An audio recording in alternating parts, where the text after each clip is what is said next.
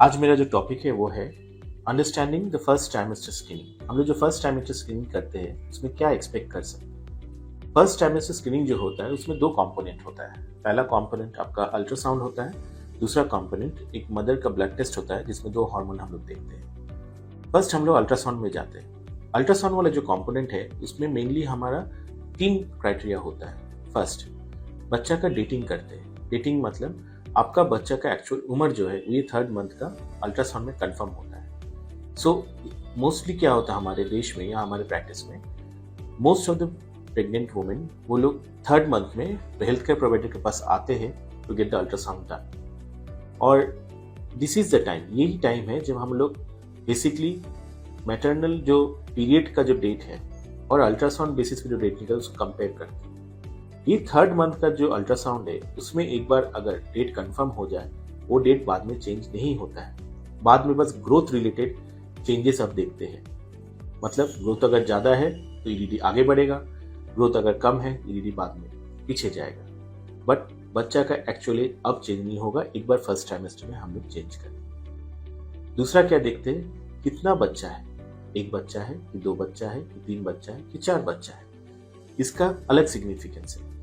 बच्चा का नंबर जैसे ही बढ़ते जाता है रिस्क, मैटरनल रिस्क और बच्चे का रिस्क बढ़ते जाता है। सिंगलटन प्रेगनेंसी का जो रिस्क है शुगर प्रेशर का, डबल या ट्रिपलेट प्रेगनेंसी का रिस्क ऑलमोस्ट ट्रिपल या डबल होता है compare to singleton pregnancy. So first हम लोग देखते हैं कि डेट क्या है, दूसरा हम लोग देखते हैं कितना बच्चा है।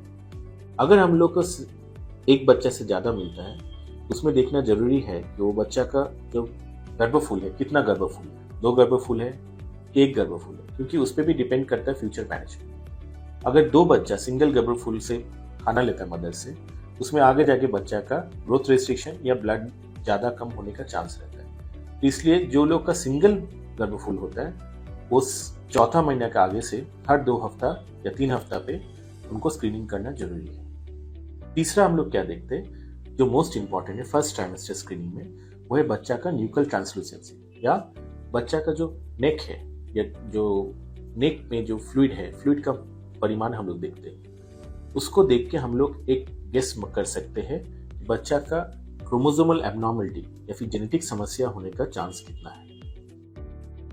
चौथा हम लोग जो करते हैं वो है कि ब्लड सैंपल लेते हैं मदर का। ब्लड सैंपल मदर का लेके हम लोग उसमें से 2 हार्मोन निकालते हैं। 2 हार्मोन को हम लोग कंप्यूटर सॉफ्टवेयर में डालते हैं। सॉफ्टवेयर हम लोग को एक रिपोर्ट देता है और वो जब रिपोर्ट आता है एंटीस वैल्यूज के साथ उसको हम लोग बोलते हैं कंबाइंड फर्स्ट ट्राइमेस्टर स्क्रीनिंग, या फिर दोनों मिला के फर्स्ट ट्राइमेस्टर का ये बेस्ट टेस्ट है। क्यों बेस्ट है? क्योंकि ये टेस्ट आपको 90 to 95% गारंटी के साथ बोल सकता है आपका बच्चे का डाउन सिंड्रोम होने का चांस है कि नहीं। ये जब रिपोर्ट आता है, ये रिपोर्ट 2 तरीके का होता है, या तो होने का चांस कम है या होने का चांस ज्यादा है। होने का चांस कम है मतलब आपका बच्चे का डाउन सिंड्रोम होने का संभावना अराउंड 99% यही है। होने का चांस अगर ज्यादा है तो फर्दर टेस्टिंग करना।